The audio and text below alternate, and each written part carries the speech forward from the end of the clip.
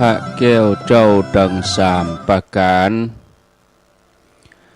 อันมีพระพุทธพระธรรมพระสงฆ์กุลพ่อกุลแม่กุลครูบาอาจารย์กุลศีลธรรมกรรมฐานจงมาปกห่มรักษาครูบาอาจารย์พระเจ้าประสงค์ทุกรูปปกห่มรักษาป่อออกไม่ออกศรัทธาตั้นสาธุชนคนดีผู้สนใจใฝ่ในธรรมทุกท่านขอถวายความเคารพแสดงความนับถือพระมหาเถระพระเถรานุเถระเจ้าคณะพระสังฆาธิการครูบาอาจารย์ที่เปิดวิทยุฟังอยู่ที่วัดที่ว่าเวลานี้ขออนุโมทนากับสถานีวิทยุทุกคลื่นทุกที่ทุกแห่งที่เปิดรับสัญญาณเอารายการนี้ไปสู่ผู้ฟังทางบ้านแล้วก็รายการของครูบาอาจารย์กู้ตนกู้องค์ทุกช่วงเวลาเจ้าบ่ายค่ำเจริญปอนญาติโยมตั้นสาธุชนป่ออุ้ยแม่อุ้ยนักศีลนักบุญผู้สนใจใฝ่ในธรรมทุกท่านมาแล้วเน้อมาแล้วมาปะกันแล้วมาปะกันในรายการเสียงธรรมแสงอรุณช่วงเจ้าไผที่ยังบ่ลุกเตื้อก็เกียมตัวลุกมาได้แล้วเน้อเกียมตัวลุกมาได้แล้วหลับลุกเจ้ากินพักดังป่ายหลับลุกควายกินพักดังเก้าลุกเจ้าได้หลายลุกขวายได้น้อยหลับลุกเจ้าเป็นเจ้าดังหลายหลับลุกควายปาเฮ่อลูกหลานเป็นหนี้เป็นข้าเน้อตื่นมาเหียเน้อลุกมาเหียเน้อลุกเน้อลุกเน้อลุกตื่นได้แล้วลุกได้แล้วญาติโยมท่านทั้งหลายลุกเจ้าตื่นตัวเจ้าบัวกับอาหันเยื่องนาพังพร้อมลุกควายบ่ตันหนทางกีดก้อมก้าตัวบ่ต้อมปุ่นอายจุงเก่งเข้าไว้อย่าไปเฮ่อขวายต่อหน้าสบายจำไว้เน้อเจ้าจำไว้เน้อเจ้าอรุณสวัสดิ์ธรรมะสวัสดีสวัสดียามเจ้าศรัทธาญาติโยมท่านผู้ฟังทั้งหลายยินดีต้อนรับเข้าสู่รุ่งอรุณวันใหม่ปะกันเจ้านี้เป็นเจ้าของวันศุกร์ที่8เดือนพฤษภาคมพุทธศักราช2569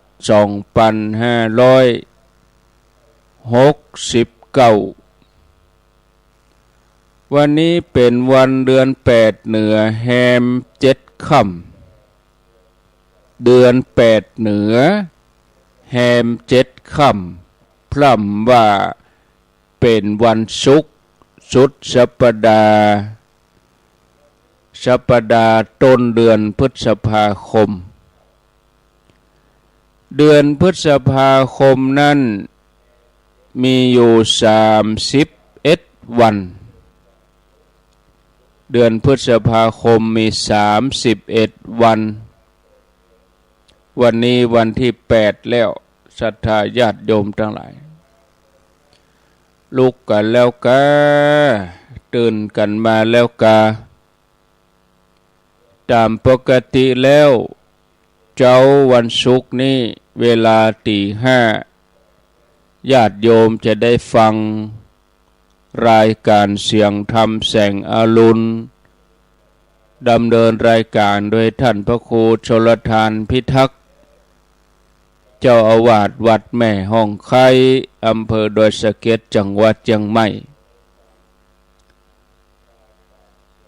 แต่ว่าเจ้านี้อาตมาภาพก็ขอเมตตาเปลี่ยนเวลานิมนต์ท่านพระครูเปิ่นไปขวายน้อยเฉพาะวันนี้เฉพาะเจ้านี้บ่ได้นิมนต์ท่านพระครูเปิ่น6 โมงถึง7 โมงอาตมาเข้ารายการเวลานี้ถึง6 โมงเพราะว่าสาระธรรมะที่คงค้างยังบ่จบดีแต่แล้วก็รายชื่อที่ญาติโยมเปิ้นห่วมหอมทำบุญเป็นการนำกาไฟกาอินเทอร์เน็ตสถานีก็ยังบ่ได้อ่านหมดตั้งแต่งานดำหัวมาแล้วตั้งแต่วันที่25 เมษายนบ่ได้อ่านฮือศรัทธาเปิ้นก็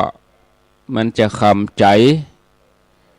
แถมอย่างหนึ่งก็จะเป็นดินพอกหางหมูแถมเนาะก็จำเป็นที่จะต้องขอเวลาท่านพระครูเปิ้นมาเข้ารายการเจ้านี้เพื่อที่ว่าจะฮือธรรมะที่คงค้างเนื้อหาที่ค้างไว้ฮือหมดไปกันว่าจะข้ามไปติดหน้าก็เก่งว่าจะบ่ได้จัดรายการบางทีก็มีงานมีภาระธุระบ่สะดวกที่จะมาดำเนินรายการก่อนที่จะมาอู้ถึงสาระธรรมะนั้นก็แจ้งประชาสัมพันธ์ญาติโยมผู้ฟังที่รับฟังรายการทุกช่วงเวลาที่ญาติโยมฟังครูบาอาจารย์แต่ละรูปแต่ละตนแต่ละองค์ญาติโยมที่ฟังแต่ละสถานีทุกพื้นที่ฤดูนี้เป็นฤดูฝนฤดูแห่งพายุอาจจะมีฟ้าแม่ฟ้าห้องฟ้าคะนองฟ้าผ่าฝนตกลมแห้งก็เป็นอุปสรรคของการออกอากาศถ้าว่าสถานีเงียบไปดับไปบ่ได้ยินเสียงครูบาอาจารย์ก็ญาติโยมบ่ต้องไปโทรหาตนนั่นตนนี้ก็อินดูเปิ้นบางทีเปิ้นจะต้องมาคอยที่จะตอบคำถามคนเดียวกันยังแควนจะเตื่อญาติโยมโทรไปหลายคนเนี่ยก็ยากลำบากความจริงเปิ้นก็ตอบได้นั่นน่ะสถานีมันปิดแม่ฟ้าห้องที่จริงเปิ้นก็ตอบได้นะแต่ว่ามันถ้ามันหลายสายล่ำไปนี่มันลำบากบางทีเปิ้นอยู่ในงานก็ดีเปิ้นสวดมนต์อยู่กาเปิ้นปฏิบัติกิจธุระส่วนตัวพ่องกาบ่เปตฮอดจะมาฮับสายแล้วก็ตอบคำถามเรื่องสถานีฉะนั้นฟังอาตมาเจ้านี้แล้วก็เป็นที่เข้าใจเป็นที่หู้ไปโดยอัตโนมัติว่าเวลาใดเจ้าใดวันใดค่ำใด ที่บ่ได้ยินครูบาอาจารย์ตนใดรูปใดก็ให้ญาติโยมเข้าใจไปโดยอัตโนมัติเข้าใจโดยปริยายว่าสาเหตุเพราะฟ้าฝนก็ดีไฟฟ้าดับก็ดีอินเทอร์เน็ตมันบ่เสถียรอย่างเจ้านี้หลายๆสถานีเปิ้นก็ปิดเพราะว่าความปลอดภัยหลายคืนหลายสถานีเปิ้นก็ปิดไปเพราะความปลอดภัยแต่ว่าเฮาเอาคนฟังว่ากับใครฟังตลอดอะฟังตนนั้นตนนี้ฟังแต่ถ้าว่ามันเปี้ยงปั้งไปแล้วนี่มันบ่ใจมอกปัน2,000หมื่นขึ้นแสนขึ้นแล้วเราจะเอางบประมาณที่ไหนมาแปลงมาซ่อมแซมเจ้าหน้าที่เปิ้นก็จะต้องปิดเครื่องส่งลงคัดเอาท์เพื่อความปลอดภัยคัดเอาท์นี่ถ้าบ่ลงก็อันตรายนะญาติโยมเวลาฟ้ามันผ่าแล้วมันย้อนเข้าไฟฟ้าหลายเตื้อละสถานีคอมพิวเตอร์พังไปมิกเซอร์พังไปคอมพิวเตอร์เรียบร้อยเครื่องส่งเรียบร้อยแอร์เรียบร้อย4-5-6อย่างนี่มันเป็นแสนแล้วลูกอันนั้นเขาก็อดเอาถ้าบ่ได้ยินก็เข้าใจว่าเปิ้นปิดเพราะว่าหน้านี้มันหน้าฝนที่เขาบ่ได้ยินเพราะว่าอินเทอร์เน็ตสายมันจะปุดจะขาดก้าอย่างมันคำถามคำตอบมันก็มีอยู่หั่นแล้วก็ให้ญาติโยมเขาเข้าใจจะไปโทรหาเปิ้นสถานียังบ่ดังตุลุงบอกรายการกบางทีที่บ้านญาติโยมนั้นฝนบ่ตกแต่ที่ครูบาอาจารย์เปิ้นอยู่นั่นฟ้าแม่ฟ้าห้องฝนตกบางทีที่บ้านญาติโยมนั้นบ่มีหยังแต่ว่าที่สถานีปุ้นต้นสังกัดปุ้นต้นทางปุ้นมีฟ้าแม่ฟ้าห้องฟ้าคางเปิ้นก็ต้องปิดเครื่องส่งแล้วฤดูนี้มันเป็นฤดูฝนที่เฮาฟังมาเจ้ามันชัดเจนนี่เพราะว่าสถานีบางทีคลื่นมันตรงกันเวลาอากาศดีฟ้าเปล่งแจ้งก็ลู่กันเปิดคลื่นมันไปยันกันบนอากาศปุ่นของเฮาบ่แห้งของเปิ้นแห้งก็เบียดของเฮาออกไปเหียการรับฟังก็บ่ค่อยชัดดีเท่าใดถ้าว่าฟ้าฝนมันตกมาฟ้าแม่ฟ้าห้องเปิ้นก็ปิดกัน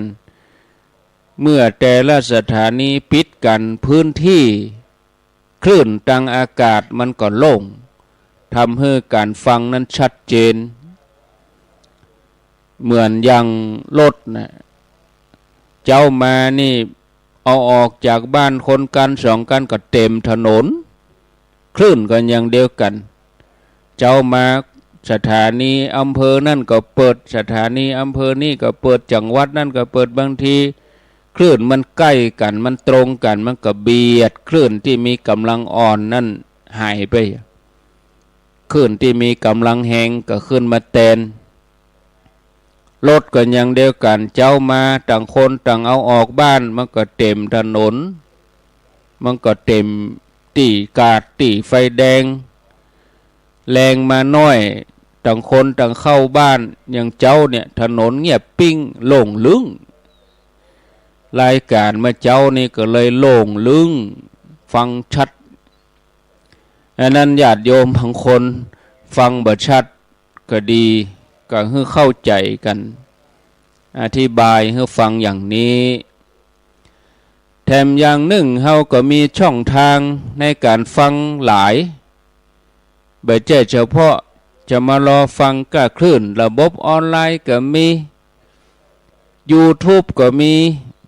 ระบบออนไลน์นี่ฟังสบายเขาถึงมีโทรศัพท์กันทุกคนมีอินเทอร์เน็ตก็ฟังไปอยู่ที่ไหนฟังได้หมดถ้ามีสัญญาณอินเทอร์เน็ตบางคนก็แนฟังก็วิทยุบ่ได้ยินก็งุดงิดอาตมาก็เลยเปรียบเทียบว่าเหมือนเฮาไปช่อเฮ็ดดอยม่อนนี้มันบ่มีบางคนเขาเคยไปเจาะเห็ดป่านี้ม่อนนี้ก็จะไปตีเดียวดอยม่อนอื่นก็มีป่าอื่นก็มีบ่ไปแล้วมาทำความงุดงิดให้ตัวเองมันก็มีช่องทางเปเลอะปะเตอเขาก็ไปเสาะฟังเอานะญาติโยมเนี่ยจะไปให้มันเป็นปัญหาเพียงแค่เล็กๆน้อยๆสิ่งเหล่านี้คือว่าได้อธิบายให้ญาติโยมเข้าใจแต่ก็มาอินดูคนเฒ่านะที่เปิ้นบ่จ้างอินเทอร์เน็ตมันเป็นอย่างใดออนไลน์เป็นอย่างใดอันนี้ก็น่าหันใจอินดูเปิ้นเพราะว่าเปิ้นก็จะฟังก็วิทยุอย่างเดียวเพราะมันง่ายวิทยุนี่มันอยู่กับเปิ้นมาโมนแล้วหรอตัวเครื่องทรงตัวเครื่องฮับทรานซิสเตอร์ทานินหมู่เนี่ยอยู่กับคนเฒ่าโมนแล้วก็เลยผูกพันอันนี้มันง่ายที่สุดแต่คนที่เปิ้นจ้างเปิ้นก็ไปแหมช่องทางเนี่ยช่องทางนี่มันเต็มเอาก็ไปช่องทางอื่นอย่าเฮาไปเข้าแถวรับแจกของก็ดีเข้าแถวอันยังก็จ้างแถวนั่นมันยาวแล้วแถวนั่นมันบ่พอยาวก็ไปต่อแถวปุ้นเนี่ยมันมีหลายอย่างหลายช่องทางเอาละเนอะศรัทธาญาติโยมอูไปก็ใจเวลาพอจะกึ่งชั่วโมงแล้ว5 โมงกับ24-25 นาทีละโอ้กะอูตัวอีก็เวลาหมดไปจัดหนักเอาแล้วมาว่ากันต่ออู้กันต่อแต่ว่าเมื่อเจ้านี่อู้ถึงเรื่องปุณกะยักษ์ไปพนันกับพระราชาเล่นสกาปรากฏว่ายักษ์ชนะพระราชาจำเป็นจะต้องได้เสียเดิมพันต้องมอบปุโรหิตคู่ใจซึ่งปุโรหิตนี่ก็เป็นนักปราชญ์บัณฑิตเป็นปุโรหิตกู้ชีวิตพระราชาต้องยอมเสียสละไปปุณกะยักษ์ไปหักเมาลูกพญานาคนางกัญญาลูกพญานาคนี่ก็ใครฟังธรรมจากปุโรหิตโพธิสัตว์เจ้าก็เลยใจอุบายฮือปุณกะยักษ์ไปนำโพธิสัตว์เจ้าอันเป็นปุโรหิตมาโดยมีกุศโลบายว่าอยากจะกินหัวใจของปุโรหิตจะต้องนำมาปุณกะยักษ์ก็ปูจาความฮักตัวเองเนาะแถลงตัวเป็นมานพหนุ่มขี่ม้าอาชนัยนี่แล้วก็ไปที่เมืองนครอินทปัตตพญาเจ้าเมืองทั้งหลายก็การพนันมาถึงตอนที่ตอนที่ปุโรหิตไปลาครอบครัวลาลูกลาภรรยาว่าตัวปี้นี่เหมือนทาสในเรือนเบี้ย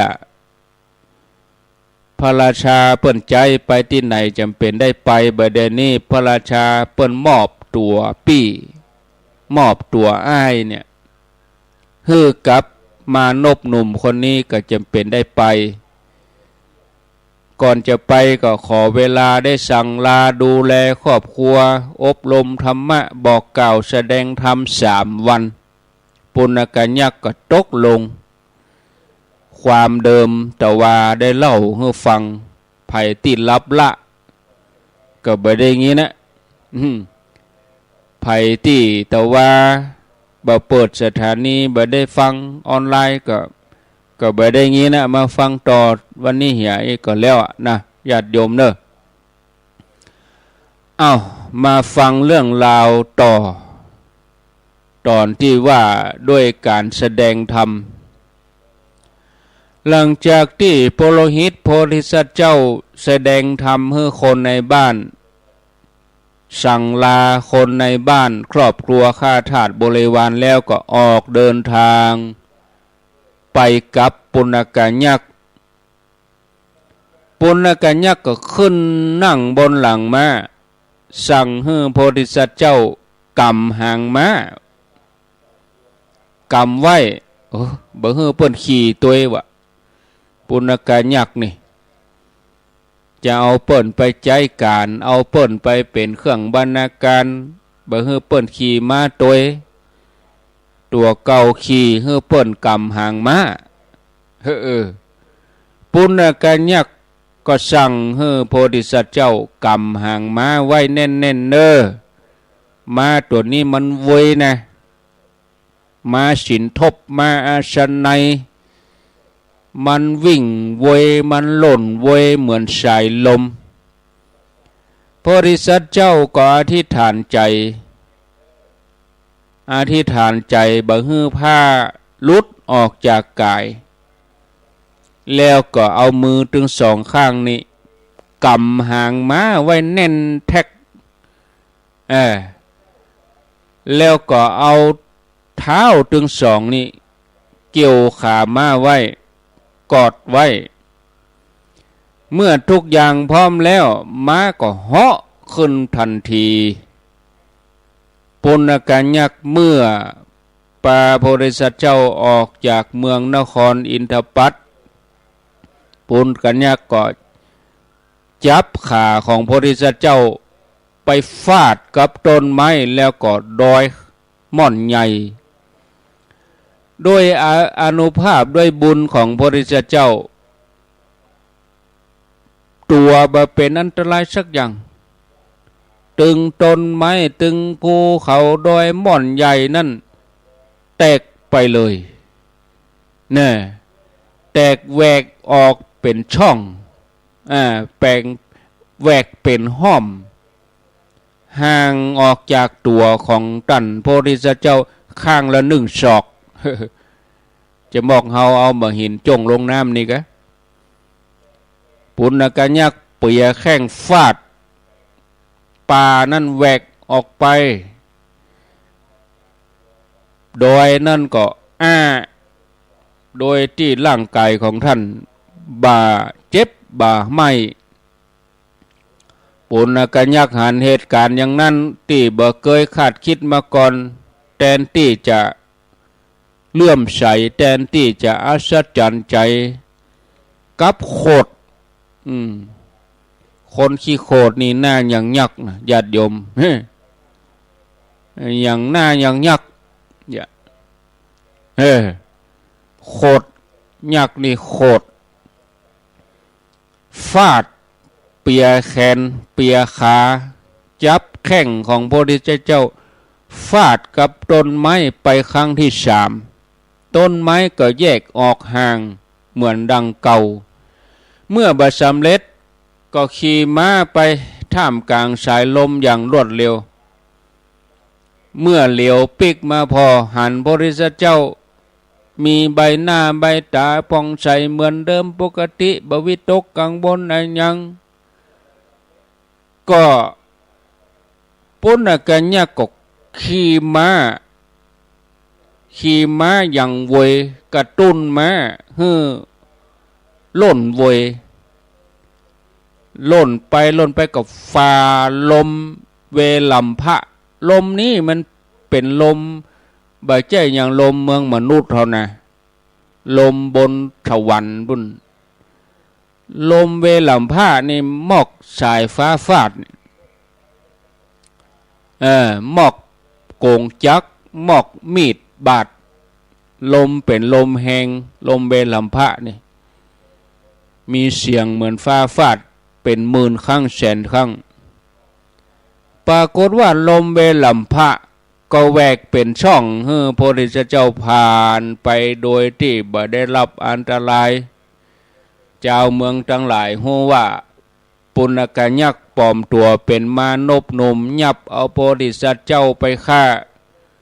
เจ้าบ้านเจ้าเมืองก็เกิดความโกลาหล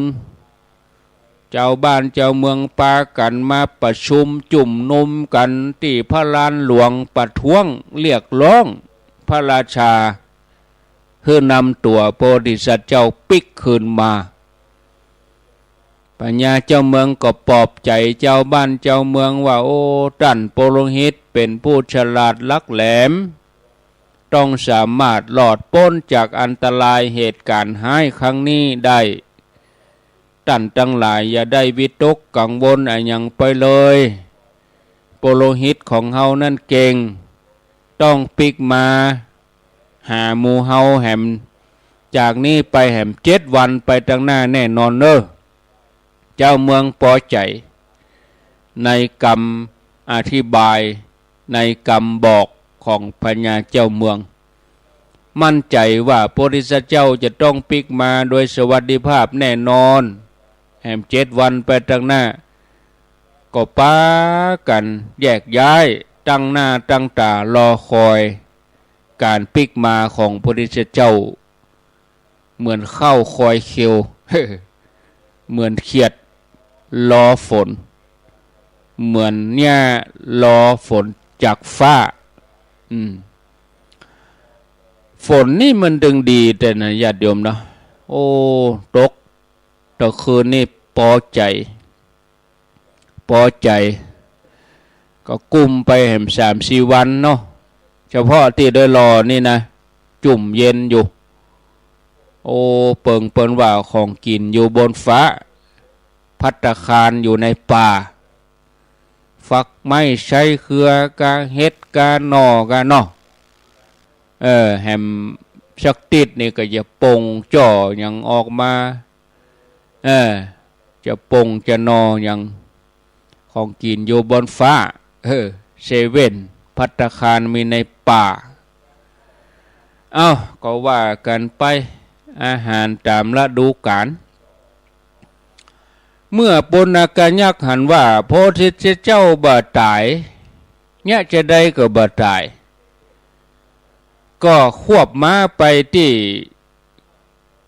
กาลาคิรีบรรพต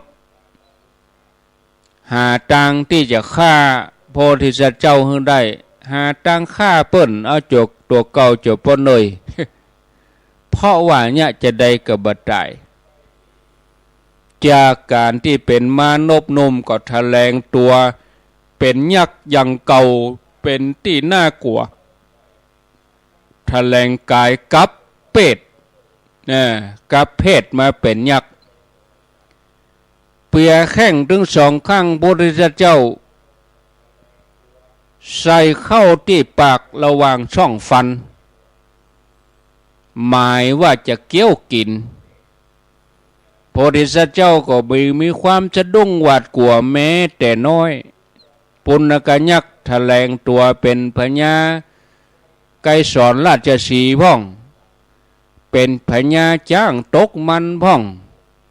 หมายจะเอางาทิ่มแทงข้าให้ตายแต่ว่าโพธิสัตว์เจ้าบ่หวั่นไหว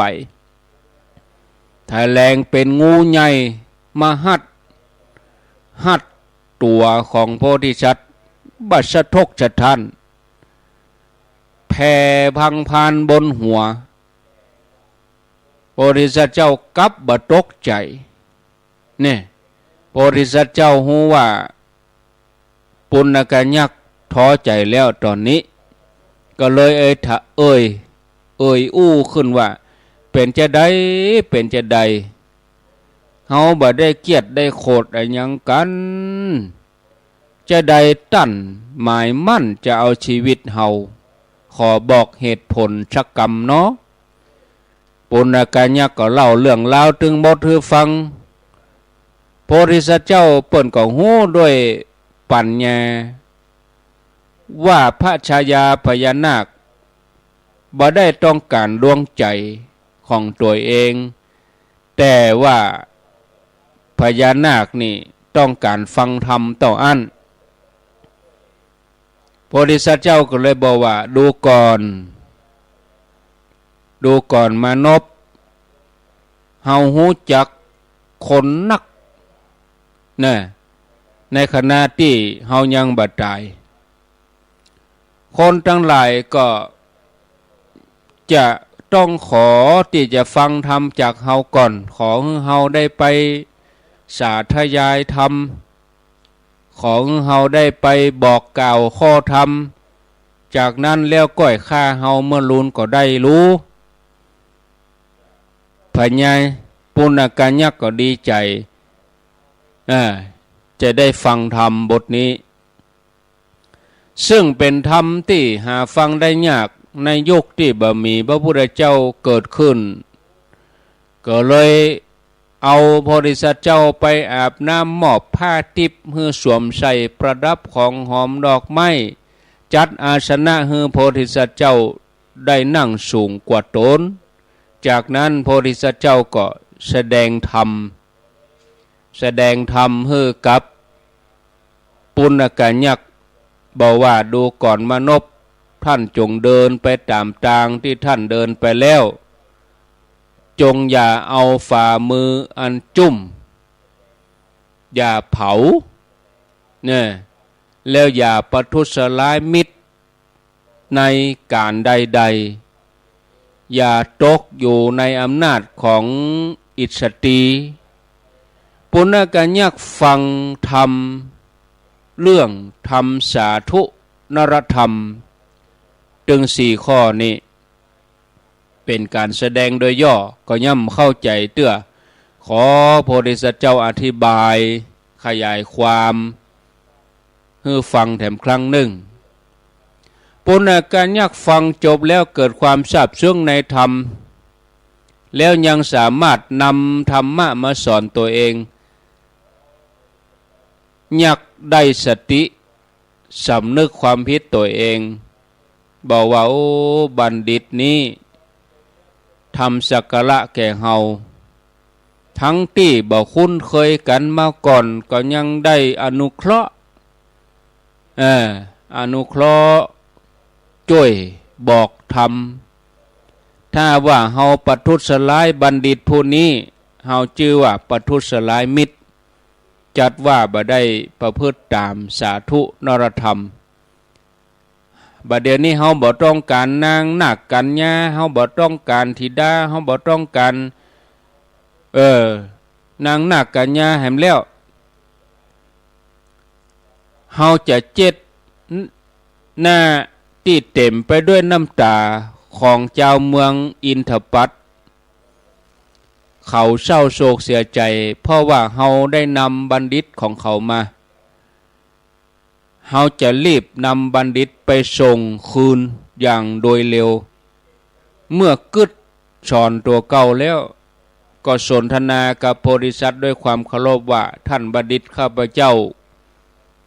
ได้รับการอนุเคราะห์จากท่านเป็นอย่างดีแต่ข้าพเจ้ากลับประพฤติผิดต่อท่านหมายฆ่าให้ตายเพราะอำนาจอิสตีเป็นเหตุบัดนี้ขอท่านจงกลับไปบ้านของท่านตามปรารถนาแม้ตัวข้าจะเสื่อมไปอย่างใดก็จ้างวันนี้ข้าพเจ้าพอใจในสาธุนรธรรมที่ท่านแสดงแล้วโพธิสัตว์เจ้าก็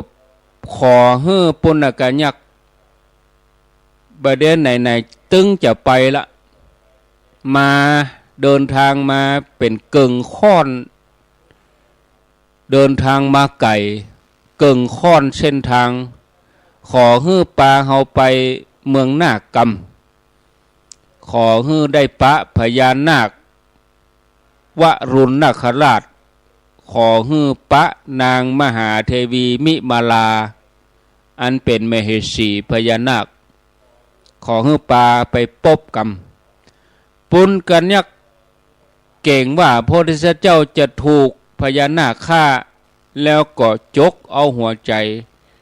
อย่างที่ตัวเองเข้าใจก็เลยห้ามปาม ส่วนนางวิมาลาเทวีเมื่อได้พบกับโพธิสัตว์เจ้าแล้วจะเป็นอย่างใดเขาก็มาฟังต่อศรัทธาญาติโยมคงจะจบอยู่เนี่ยโพธิสัตว์เจ้าเป็นผู้ที่พลิกวิกฤตเป็นโอกาสสอนยักษ์ให้เป็นคนดีแล้วประเด็นนี้จะขอไป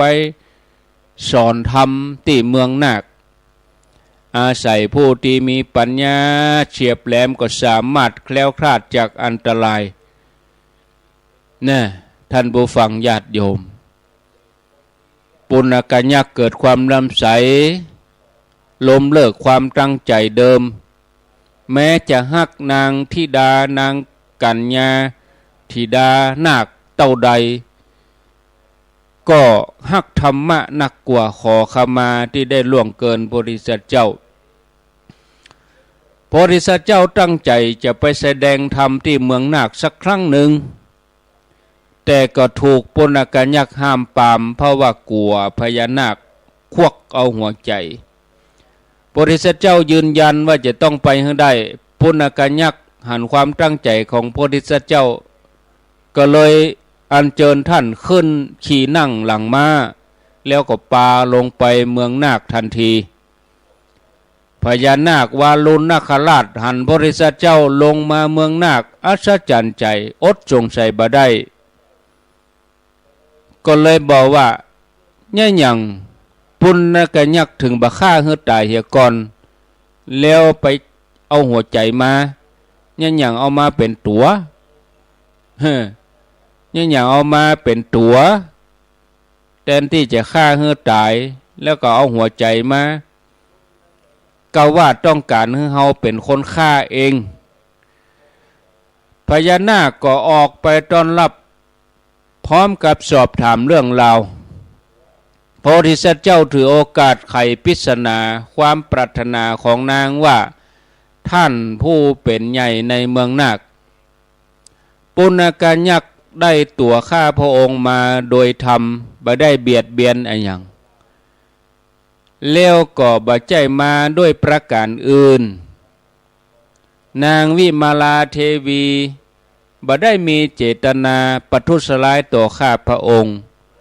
แต่นางปรารถนาอยากฟังธรรมปัญญาคือหัวใจของข้าพระองค์ที่แท้จริงนั่นคือธรรมในที่นี้คือธรรมะที่ข้าพระองค์จักได้แสดงขอพระองค์อย่าเข้าใจเป็นอย่างอื่นโปรดได้ช่วยนำข้าพระองค์ไปพบพระนางด้วยพญานาคฟังอย่างอันก็รู้สึกดีใจรีบนำโพธิสัตว์เจ้าไปพบพระชายามหาเทวีชายาพญานาคทอดพระเนตรหันโพธิสัตว์เจ้าก็มีความปีติยินดีลุกขึ้นต้อนรับยกมือไหว้อัญชลีพลางอู้เจือเจิญเฮือตั้นแสดงธรรมอันไพเราะโพธิสัตว์เจ้าได้สนทนากับนางนาคราชข้าแด่มหาเทวีวิมาลาวิมานของพระองค์นี้เป็นของบ่เตี้ยงแต่เป็นเจ้นของเตี้ยงวิมานนี้พระนางได้มาอย่างใดหนอฝ่าพระบาททรงทำขึ้นมาเองหรือว่าเทวดาเนรมิตขึ้นหรือว่าได้มาด้วยบุญด้วยกรรมอันใดนางวิมาลาเทวีนาคราชก็ตอบว่าวิมานอันที่อยู่นี่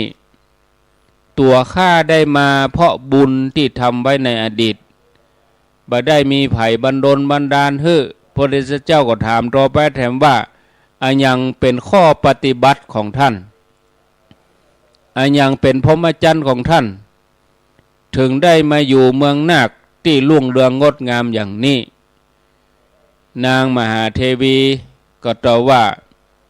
ตัวข้าและสวามีเป็นผู้มีศรัทธาครั้นได้ชาติเป็นมนุษย์ได้ทานได้ทำบุญเป็นทานบดีในบ้านของข้าเหมือนบ่อน้ำของสมณพราหมณ์ตัวข้าได้บำรุงสมณพราหมณ์ด้วยข้าวน้ำโภชนะอาหาร ที่อยู่อาศัยเครื่องนุ่งห่มทานที่ข้าได้ทานด้วยความเคารพนี้เป็นข้อปฏิบัติของข้าส่วนการสมาทานศีลเป็นพรหมจรรย์วิมานอันใหญ่โตโอฬารเหล่านี้เกิดขึ้นมาด้วยข้อปฏิบัติและการประพฤติพรหมจรรย์สมาทานศีลโพธิสัตว์เจ้าฟังแล้วก็ฮือข้อคิดว่าโอ้ตั้นได้มาโดยอนุภาพแห่งทานศีลเนี่ยฉะนั้นควรเป็นผู้ที่ตั้งอยู่ในความบ่ประมาทในธรรมจะได้ครอบครองวิมานแห่งนี้ต่อไปนางวิมลาเทวีก็บอกว่าดูก่อนบัณฑิตในเมืองนาคพิภพนี้บ่มีสมณะที่เขาจะได้ทานที่เขาจะได้ทำบุญทำอย่างใดถึงจะได้อยู่เมืองนาคนี้ตลอดไปโพธิสัตว์เจ้าก็บอกว่าข้าแด่พระนางขอพระนางเป็นผู้ที่บัพพทุษร้ายหมู่มิตรนาคทั้งหลายด้วยกายวาจาใจก็จักได้อยู่สถิตในเมืองนาคนี่จนหมดอายุไขแล้วก็จะไปสู่เทวโลกเทวโลกอันเป็นที่อยู่สูงกว่าเมืองนาคจากนั้นโพธิสัตว์เจ้าก็แนะนำให้นางวิมลาเทวีตั้งอยู่ในศีลอย่าได้ประทุษร้ายต่อนาคและมนุษย์ให้มีใจประกอบเมตตาเมื่อละจากเมืองนาคไปแล้วก็จะได้ไปเกิดเมืองสวรรค์อันเป็นที่อยู่สูงกว่าเมืองนาคนางวิมลาเทวีก็รู้สึกอนุโมทนาในธรรมกถาโพธิสัตว์เจ้าก็ได้เชื้อเชิญโพธิสัตว์เจ้าให้นั่งบริโภคอาหารอันเป็นทิพย์แล้วพระนางก็ได้มอบให้ธิดานางกัญญาได้มอบให้กับปุณกยักษ์ไปเพื่อเป็นการตอบแทนคุณที่พยายามนำโพธิสัตว์เจ้าเข้ามาเมืองนาคให้แสดงธรรมโพธิสัตว์เจ้าอยู่เมืองนาคได้7 วันแสดงธรรมให้บรรดาพญานาคมเหสีบริวารได้ฟังธรรมทุกวันเสร็จแล้วก็ลากลับสู่โลกมนุษย์ตามเดิมปุณกยักษ์นำท่านขึ้นมาโดยการขี่ม้ามโนมัยสินทบเหาะขึ้นจากเมืองนาคเพียงช่วงหายใจแวบเดียวหมอกกระพริบตาก็ถึงนครอินทปัตซึ่งขณะนั้นเจ้าเมืองทั้งหลายก็ตั้งหน้าตั้งตารอคอยการกลับมาโพธิสัตว์เจ้าด้วยใจจดใจจ่อเมื่อโพธิสัตว์เจ้ากลับมาด้วยความปลอดภัยแล้วก็ได้ให้โอวาทแก่พญาเจ้าเมืองเจ้าเมืองทั้งหลายให้ตั้งอยู่ในความประมาทห่างไกลจากอบายมุขซึ่งเป็นหนทางแห่งความเสื่อมทำให้เสียทรัพย์สินเสียชื่อเสียงเสียหมดทุกอย่างแม้กระทั่งชีวิตตัวเองตั้งแต่นั้นมาพญาเจ้าเมืองแล้วก็เจ้านครอินทปัตก็ปากันทำบุญให้ทานรักษาศีลเจริญภาวนาเมื่อละจากโลกไปแล้วก็ไปบังเกิดในสุคติโลกสวรรค์อันนี้คือเรื่องราวการสร้างบารมีของโพธิสัตว์เจ้านั่นคือพระสัมมาสัมพุทธเจ้าของเฮาในสมัยที่เปิ้นปั่มเป่งบารมีเป็นโพธิสัตว์เจ้าเฮาจะหันว่าคนที่มีปัญญานอกจากจะทำตนให้รอดพ้นอันตรายทุกอย่างแล้วก็ยังเป็นที่เปิ้งของมนุษย์และเทวดาสรรพสัตว์ทั้งหลายการมั่นแสวงหาสติปัญญาใส่ตัวก็เลยเป็นสิ่งสำคัญต่อชีวิตในโลกโดยเฉพาะปัญญาในการนำพาให้ตัวเองหลุดพ้นปิดประตูอบายเปิดประตูสวรรค์เพื่อจะเป็นหนทางไปสู่พระนิพพานเป็นสิ่งที่สำคัญท่านผู้ฟังญาติโยมทั้งหลายคำสอนขององค์พระสัมมาสัมพุทธเจ้านั้นเป็นคำสอนที่ประเสริฐประกอบด้วยปัญญาอันบริสุทธิ์เพราะเกิดมาจากการตรัสรู้ ขององค์พระสัมมาสัมพุทธเจ้าหมู่เฮาทั้งหลายได้ฟังครูบาอาจารย์บอกว่าเปิ้นจะถ่ายทอดโดยวิธีใดเทศธรรมเมืองกาบรรยายกาคติธรรมกาเปิ้นเล่าชาดกกาพระสูตรกาทุกอย่างมีธรรมะแฝงอยู่ในหันหมดท่านผู้ฟังญาติโยมท่านทั้งหลายคนที่เปิ้นมีสติปัญญาดีถึงแม้จะหมดทรัพย์ก็ยังมีชีวิตอยู่ได้เนี่ยท่านผู้ฟังเอาแล้วเนาะพอเวลาแล้วก็จบพอดีต่อไปนี้เหลือเวลาแถม7-8 นาทีก็ถ้าจะตันอยู่ก็อ่านชื่อนี่นะอนุโมทนากับแม่บัวรวยวุฒิเดช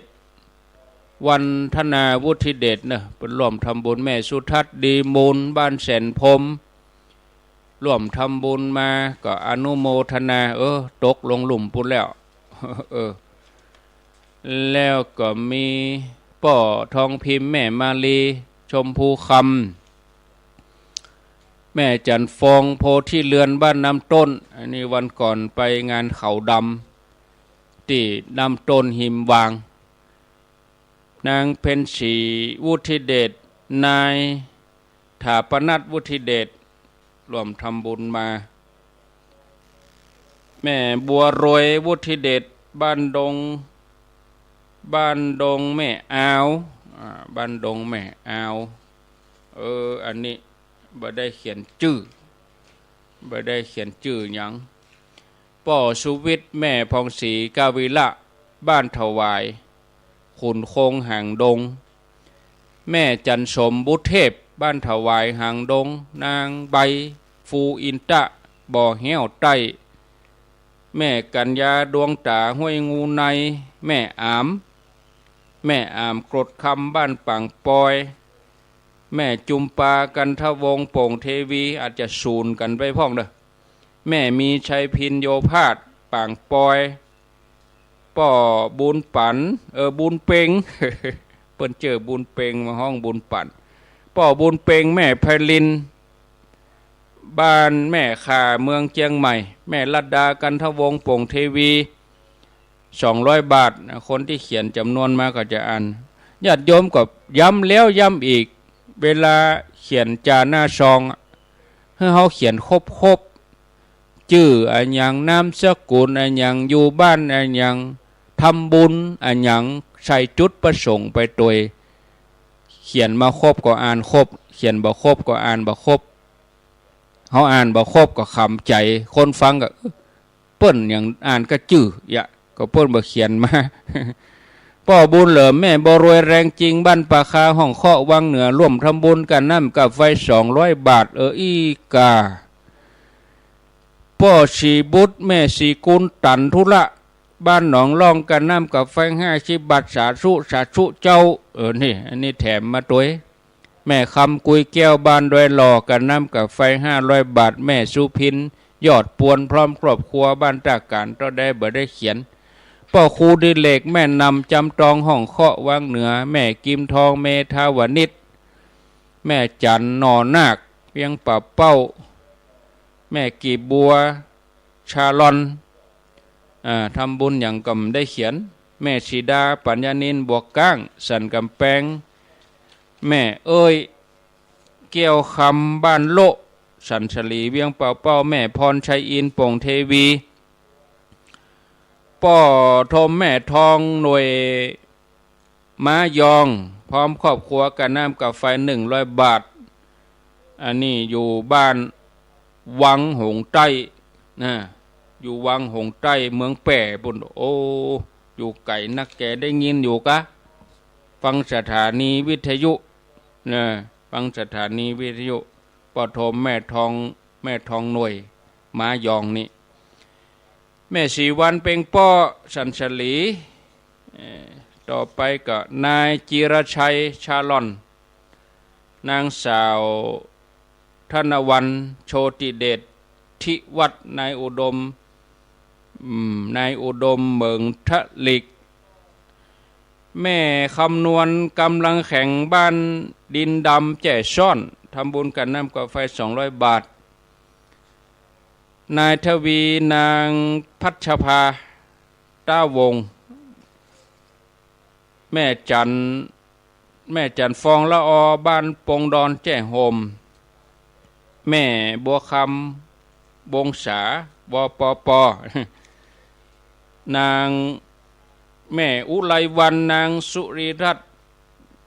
นามสกุลอ่านบ่ออกอยู่ศาลาหลวงเกาะคา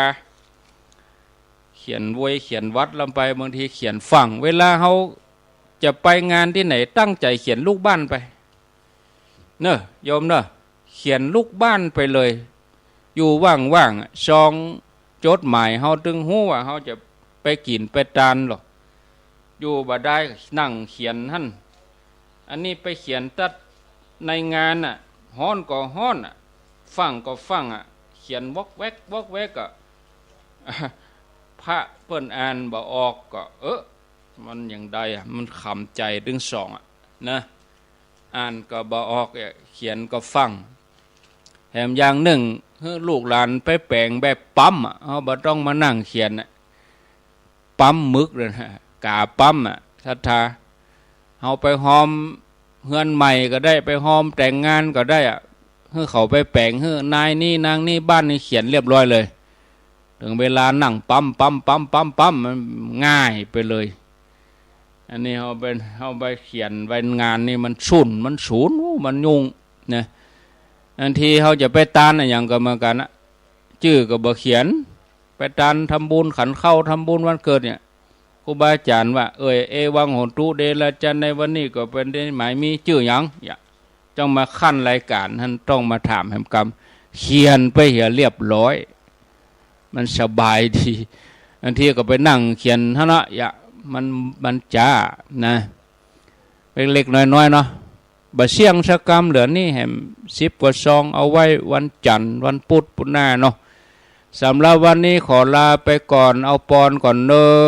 สัพปีติโยวิวัตชันตุสัพพะโลโกวินัสสันตุมาเตภวัตวันตรายโยสุขีธิคายุโกภวะอภิวัตนาสีลิสานิจังบุทธาปจายโนจัตตาโลธรรมาวทันติอายุวันโนสุขังปะลังฟังตุลุงแดงต่อเนอลาไปก่อนปะกันทำไมโอกาสหน้าจะเลินปอน